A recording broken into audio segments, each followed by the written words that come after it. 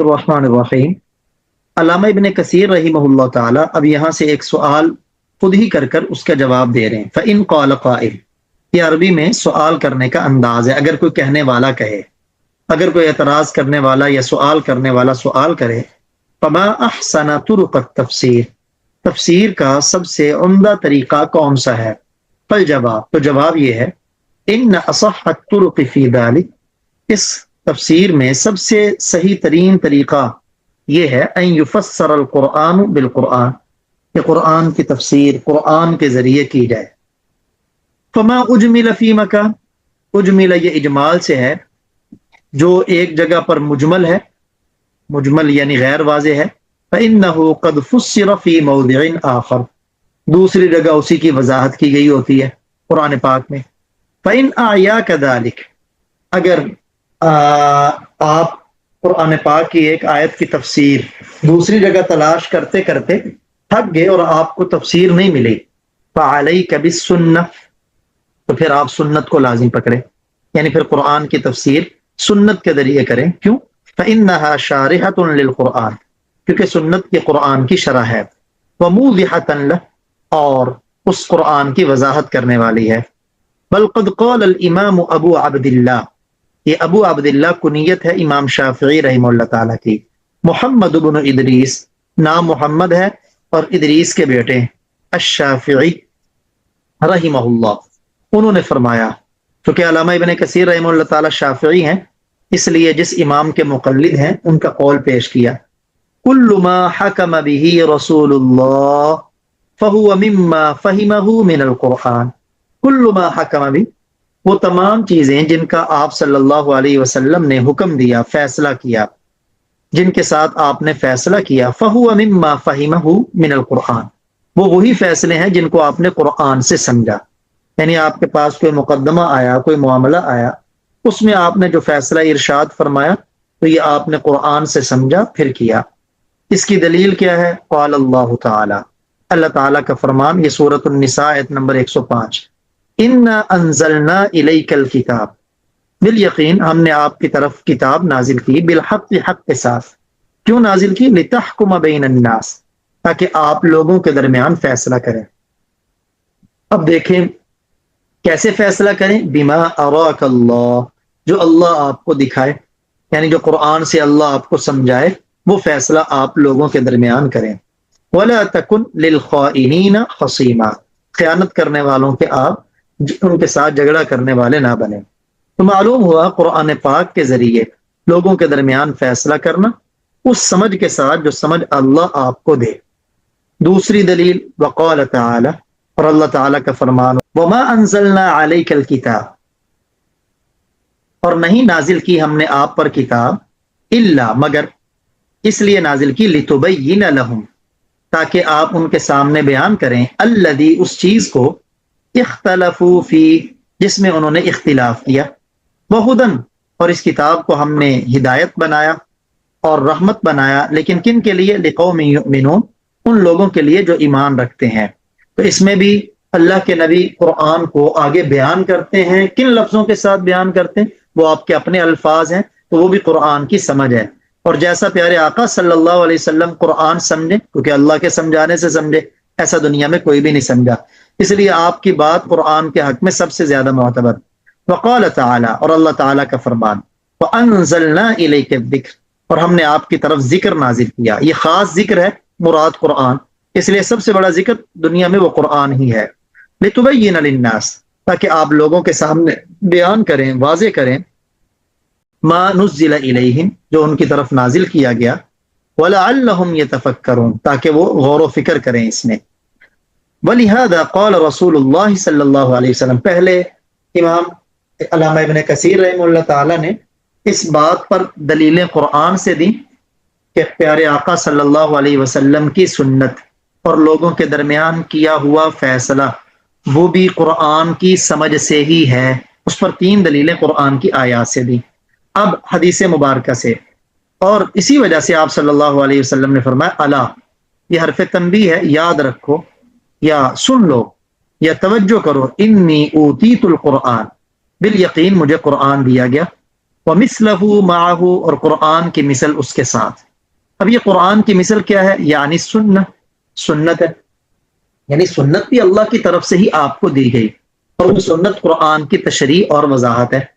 وَالسُّنَّةُ أَيْضًا تنزل علیہ بالوحی، سنت بھی پیارے آقا صلی اللہ علیہ وسلم پر وحی کے ذریعے اترتی، کما ینزل القرآن، جیسے قرآن اترتا۔ الا، فرق کیا ہے دونوں میں؟ الا انہا لا تتلا کما یتلا القرآن، مگر فرق یہ ہے کہ سنت کی تلاوت نہیں کی جاتی جیسے قرآن کی تلاوت کی جاتی۔ اس لیے وحی کی دو قسمیں بیان کرتے ہیں، ایک کو کہتے ہیں وحی مطلوب، اور ایک کو وحی غیر مطلوب۔ وہ وحی جس کی تلاوت کی جاتی ہے قرآن، وہ وحی جس کی تلاوت نہیں کی جاتی وہ حدیث مبارکہ۔ وقد استدل الامام الشافعی رحمہ اللہ تعالی وغیرہ من الائمہ علی ذلک، اور دلیل پکڑی ہے امام شافعی رحمہ اللہ اور ان کے علاوہ دیگر ائمہ نے اس پر، بأدلۃ کثیرہ، بہت سے دلائل کے ساتھ۔ لیس ھذا موضع ذلک، یہ اس کا مقام نہیں ہے کہ یہاں ہم ان کو بیان کریں۔ کس کو؟ حجیت حدیث کو، کہ حدیث حجت ہے، یہ اسی کی دلیلیں ہیں، اور قرآن پاک کی شرح اور وضاحت ہے۔ تو وہ کہتے ہیں یہ مقام نہیں ہے، وگرنہ بہت بات لمبی ہو جائے گی۔ اب ان باتوں سے مقصد کیا ہے؟ بلغرض انک تطلب تفسیر القرآن منہ، مقصد یہ ہے کہ آپ قرآن کی تفسیر سنت سے طلب کریں، تلاش کریں۔ منہ سے مراد قرآن، یعنی غرض یہ ہے کہ آپ قرآن کی تفسیر قرآن سے تلاش کریں۔ فإن لم تجدوا، اگر آپ قرآن سے نہ پائیں، فمن السنہ، تو سنت سے تلاش کریں۔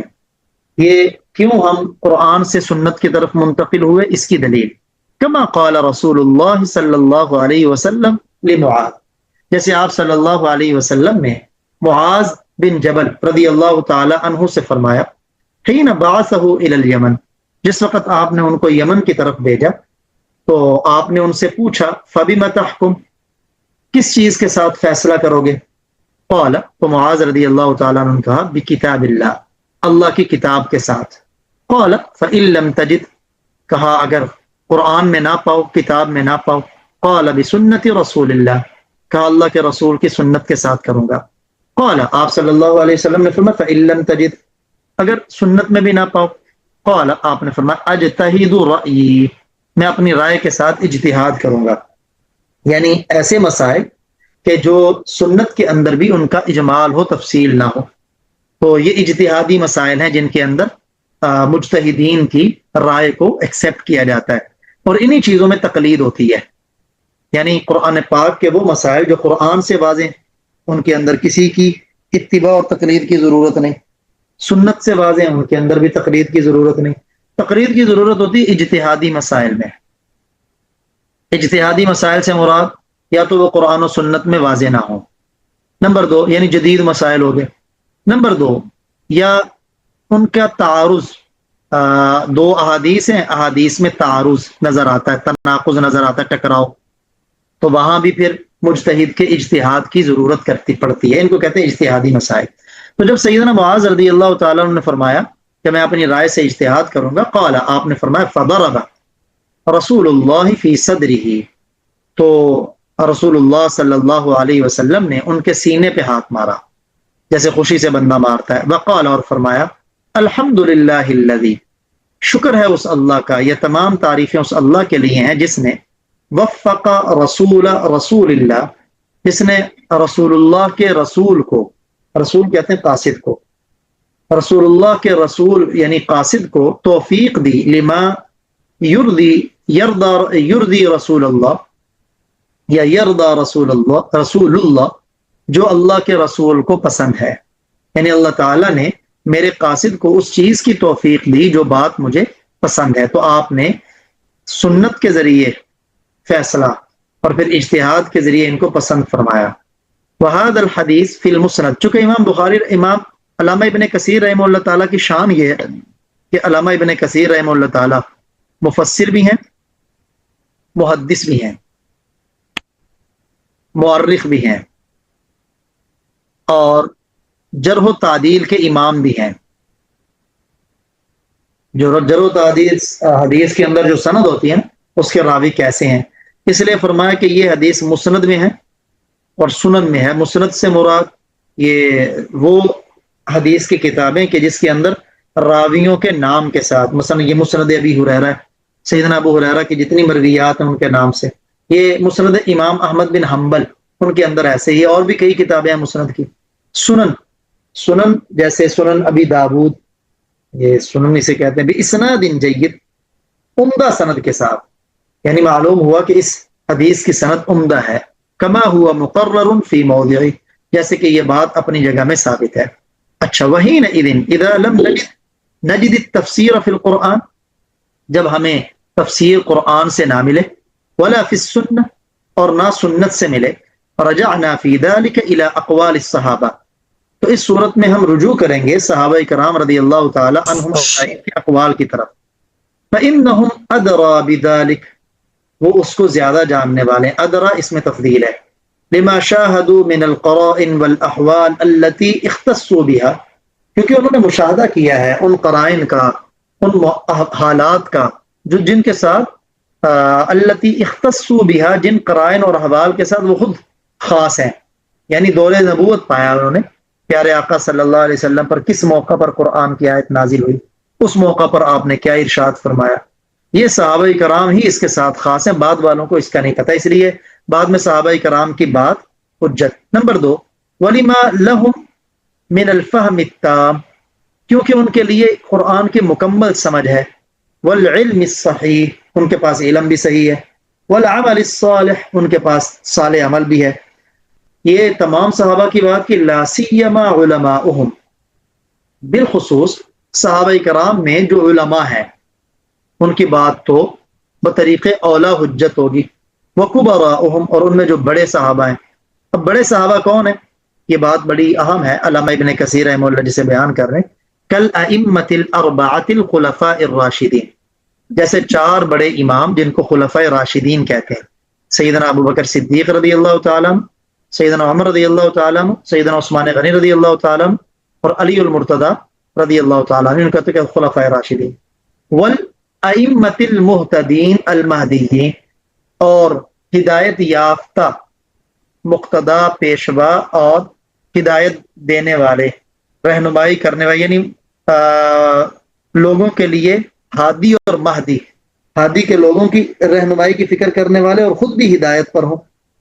اب وہ کون ہیں، ان کے بھی نام کچھ ذکر کیے، وعبد اللہ بن مسعود، اور وعبد اللہ بن مسعود، جیسے عبداللہ بن مسعود رضی اللہ تعالیٰ عنہ۔ اب ایک کا نام ذکر کیا، ان کے بارے میں اب کچھ باتیں نقل کر رہے ہیں۔ قال الامام، یہ باتیں بڑی اہم ہیں، نوٹ کرنے کے قابل ہیں، آگے ان کو بیان بھی کیا جائے۔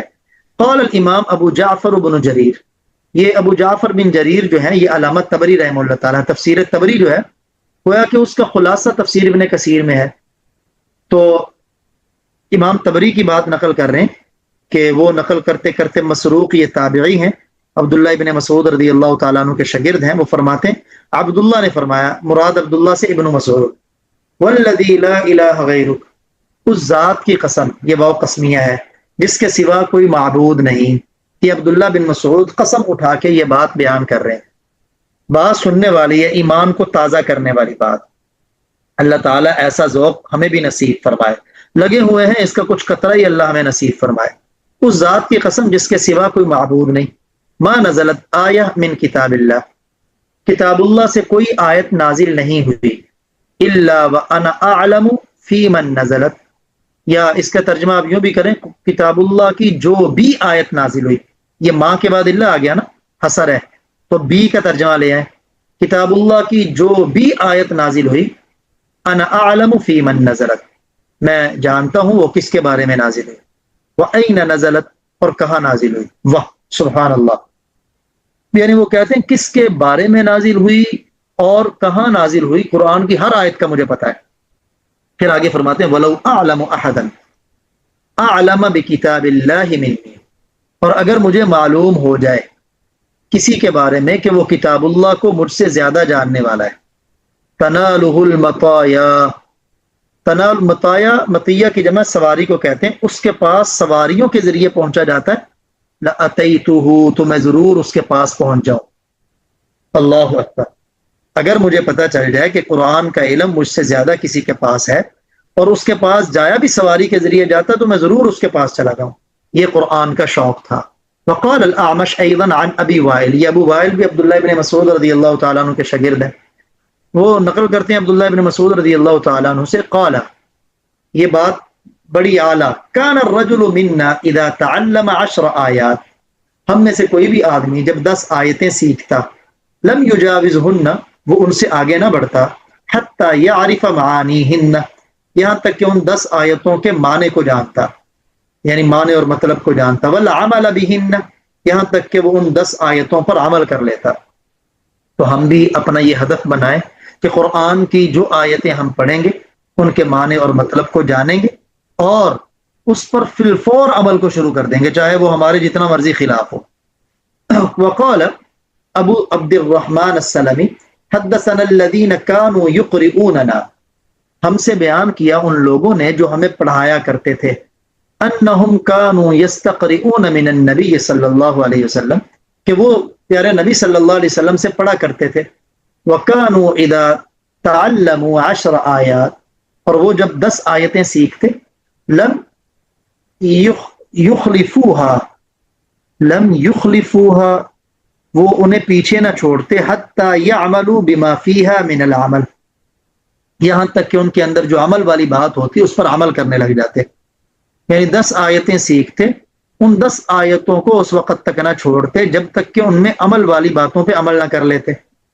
تو اب وہ کہتے ہیں فتعلمنا القرآن والعمل جميعا، چنانچہ ہم نے ان سے قرآن بھی سیکھا، ہم نے ان سے قرآن پر عمل بھی سیکھا، کیونکہ ان کی ذاتوں کو عمل کرتے ہوئے دیکھا، تو اس لیے ہم نے ان سے یہ دونوں چیزیں ہی سیکھیں. اس لیے پڑھانے والا استاذ آج کل جو ہمارے سوشل میڈیا پہ بیٹھ کر موٹیویشنل سپیکر ہیں، تو پڑھتے ہوئے قرآن اور حدیث اور دین کا علم، اس میں لازمی ایسے شخص کا انتخاب ہو جو علم اور عمل دونوں کا پیکر ہو. اس سے پھر جو سیکھا جائے گا وہ علم اور عمل دونوں کا مجموعہ ہوگا. ومنہم الحبر البحر، اور انہی بڑے صحابہ کرام میں ایک حبر عالم کو کہتے ہیں، البحر یعنی سمندر، علم کے سمندر. کون ہے؟ عبداللہ بن عباس، عبداللہ بن عباس رضی اللہ تعالیٰ عنہ، ابن عم رسول اللہ، آپ صلی اللہ علیہ وسلم کے چچا زاد ہیں. وہ ترجمان القرآن، اور ترجمان القرآن ہے، قرآن کے ترجمان ہیں. ببرکتی، یہ کیسے بنے ترجمان؟ ببرکتی دعاء رسول اللہ صلی اللہ علیہ وسلم لہ، آپ صلی اللہ علیہ وسلم کی ان کے لیے دعا کی برکت سے. قال، آپ صلی اللہ علیہ قال، اس طور پر کہ آپ صلی اللہ علیہ وسلم نے ارشاد فرمایا، اللہم فقہہ فی الدین، اے اللہ، یہ ہو ضمیر عبداللہ ابن عباس کی طرف لوٹ رہی ہے، اس کو دین میں سمجھ عطا فرما. وعلمہ التأویل، اور اس کو تعویل کا علم سکھا. تعویل یعنی تفسیر اور قرآن کی تعبیر. وقال ابن جریر، یہ علامہ طبری رحمہ اللہ تعالی ہیں، نقل کرتے ہیں اعمش مسلم سے، قال، وہ کہتے ہیں عبداللہ نے کہا، یعنی ابن مسعود رضی اللہ تعالی عنہ، نعم ترجمان القرآن ابن عباس، یہ نعمہ فعل مدہ میں سے ہے، قرآن کے کیا ہی بہترین ترجمان ہے عبداللہ ابن عباس. جیسے ہمیں کسی چیز کا ترجمہ نہ آتا ہو کسی زبان کا، تو درمیان میں ہم ترجمان مقرر کرتے ہیں. تو قرآن ہے، عربی ہے، اور پھر خاص ترین عربی ہے، تو ان کے بارے میں عبداللہ بن مسعود فرما رہے کہ قرآن پاک کے بہترین ترجمان عبداللہ ابن عباس ہیں. ثم رواہ عن یحییٰ، آگے چلتے، عن مسروق عن ابن مسعود انہ قال، نعم الترجمان للقرآن ابن عباس، یہ دوسری سند کے ساتھ. ثم رواہ، آگے ایک اور سند اسی طرح. پھر فرمایا فہذا اسناد صحیح الی ابن مسعود، اس قول کی سند ابن مسعود کی طرف صحیح ہے کہ انہوں نے یہ بات فرمائی. انہ قال عن ابن عباس هذه العبارہ، یہ بات کہ انہوں نے یہ والی بات ابن عباس کے بارے میں فرمائی، اس کی نسبت عبداللہ ابن مسعود کی طرف کرنا صحیح ہے. اب وقد مات ابن مسعود، عبداللہ بن مسعود سے ہم نے سیکھنا تھا قرآن. عبداللہ بن مسعود رضی اللہ تعالیٰ عنہ نے وفات پائی فی سنت 32 32 ہجری میں، علی الصحیح، صحیح قول کے بعد، صحیح قول کے مطابق. وعمر بعده عبد الله بن عباس 36 سنة. عبداللہ ابن مسعود کی وفات کے بعد عبداللہ بن عباس نے 36 سال عمر پائی. یعنی عبداللہ بن عباس کی وفات عبداللہ بن مسعود سے 36 سال بعد ہوئی. اب یہ عبداللہ بن مسعود اپنی زندگی میں کہہ رہے ہیں کہ قرآن کے بہترین ترجمان عبداللہ بن عباس ہیں، اور پھر ان کے 36 سال بعد یہ زندہ رہے. فما ظنک بما کسبہ من العلوم، تو تمہارا کیا گمان ہے ان علوم کے بارے میں جن کو عبداللہ ابن عباس نے حاصل کیا عبداللہ بن مسعود کے بعد.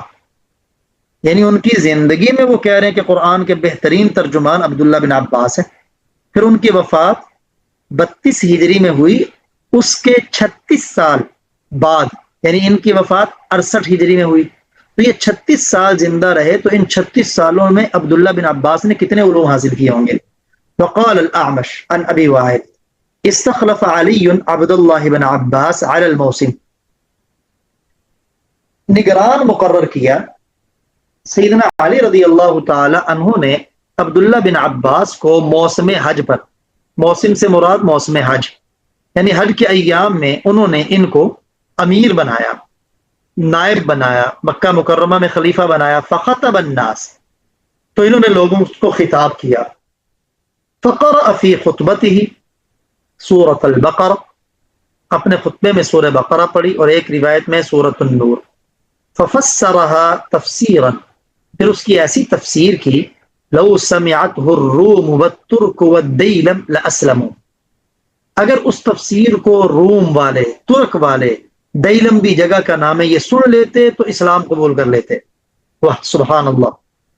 پھر آگے ولہذا غالب ما یرویہ اسماعیل بن عبد الرحمن السدی الکبیر فی تفسیرہ، یہ علامہ سدی رحمہ اللہ تعالیٰ کی تفسیر ہے، تو انہوں نے زیادہ تر اپنی تفسیر میں ان ہذین الرجلین، انہی دو صحابہ کرام سے قرآن کی تفسیر کو نقل کیا ہے، ایک ابن مسعود اور دوسرا ابن عباس. ولكن في بعض الأحيان ينقل عنه ما يحكونه من أقاويل أهل الكتاب، لیکن بسا اوقات وہ ان کی نسبت سے ان باتوں کو بھی نقل کرتے ہیں جن باتوں کو انہوں نے اہل کتاب سے نقل کیا. التي اباحها رسول اللہ، لیکن اہل کتاب کی وہ باتیں نقل کرنا ان کو مباح قرار دیا رسول اللہ صلی اللہ علیہ وسلم نے، جسے ہم اسرائیلیات کہتے ہیں. اسرائیلیات یہ جو جیسے صحیح بخاری میں ہم نے وہ حدیث مبارکہ پڑھی کہ سیدنا ابو ہریرہ رضی اللہ تعالیٰ عنہ فرماتے ہیں کہ میں سب سے زیادہ حدیث کو نقل کرنے والا ہوں، مجھ سے زیادہ جن کو یاد تھی نا وہ عبداللہ بن عمر بن عاص تھے، کیونکہ وہ لکھتے تھے میں لکھتا نہیں تھا. لیکن عبداللہ بن عباس، عبداللہ بن عمر بن عاص، ان کی روایات ذخیرہ حدیث میں 700 کے لگ بھگ ہیں، جبکہ اب سیدنا ابو ہریرہ کی 5374 ہیں. اس کی وجہ ایک علماء نے یہ بھی بیان کی ہے کہ عبداللہ بن عمر بن عاص کو ایک فتح کے موقع پر اہل کتاب کی کتابیں ملی، وہ ان سے بھی نقل کرتے تھے، اور اس کی اباحت دی ہے جیسے ابھی ہم پڑھیں گے. تو اس وجہ سے لوگوں نے ان سے وہ روایتیں کم لی، اور ابو ہریرہ رضی اللہ تعالیٰ عنہ کی روایات زیادہ پھیلی. قال، تو آپ صلی اللہ علیہ وسلم نے فرمایا بلغوا عنی ولو آیا، مجھ سے بیان کرو اگرچہ وہ ایک آیت ہی کیوں نہ ہو. وحدثوا عن بنی اسرائیل، اور بنی اسرائیل سے بھی بیان کرو، ولا حرج، کوئی حرج نہیں. لیکن ومن کذب علی متعمدا، جو جان بوجھ کر مجھ پر جھوٹ بولے گا، فلیتبوأ مقعدہ من النار، تو وہ اپنا ٹھکانہ جہنم میں بنا لے. اب بنی اسرائیل جو اسرائیلیات ہیں ان کی وہ باتیں بیان کرنا جو قرآن کے خلاف ہے، یہ درست نہیں، حدیث کے خلاف ہے، یہ درست نہیں، مسلمہ عقائد کے خلاف ہیں، یہ درست نہیں. لیکن ایسی باتیں کہ جن میں ان چیزوں میں ٹکراؤ نہ ہو، معلوماتی باتیں ہیں، تو ان کو بیان کرنے میں ان کے بارے میں ضابطہ ہے لا نصدق ولا نکذب، نہ ہم ان کی اتنی تصدیق کریں گے، کہیں گے جی یہ قرآن جیسا، یہ حدیث جیسا ہے، اور نہ ان کو جھٹلائیں گے. ان کو نقل کرنے کی گنجائش آپ نے ارشاد فرمائی. یہ روایت امام بخاری رحمہ اللہ تعالیٰ نے بیان فرمائی. ولہذا کان عبداللہ بن عمر، اسی وجہ سے عبداللہ بن عمر، یہ وہی بات قد اصاب یوم الیرموک زاملتین من کتب اہل الکتاب، عبداللہ بن عمر بن عاص کو ملی یرموک، جنگ یرموک میں 2 گٹھریاں اہل کتاب کی کتابوں کی. فکان یحدث منہما بما فہمہ من هذا الحدیث من الاذن فی ذلک. فکان یحدث منہما، وہ ان 2 زاملہ جو ہیں ان کتابوں سے بیان کرتے تھے، جس کو کیوں کرتے تھے؟ کیونکہ انہوں نے اس حدیث سے اسرائیلیات کو بیان کرنے کی اجازت کو سمجھا. الاذن فی ذلک، اجازت کو سمجھا. تو اس اجازت کی وجہ سے وہ ان اسرائیلیات کو آگے نقل کیا کرتے تھے. لیکن اب کس اسرائیلی روایت کو نقل کرنا ہے، کس کو نہیں، اس کو آگے علامہ ابن کثیر رحمہ اللہ بیان کریں گے انشاءاللہ، وہ آنے والے سبق میں ہم سمجھتے ہیں.